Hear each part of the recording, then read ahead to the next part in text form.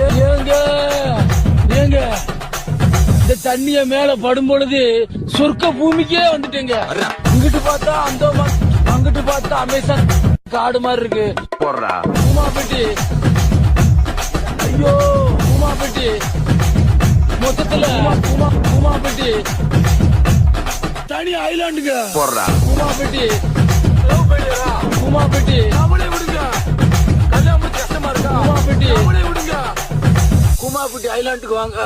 என்னுடைய ஃபாதர் கனடாவுல பெரிய drums player. வண்டியில பொள்ளாச்சி சந்தையில வியாபாரிக்கு போட்டு பணத்தை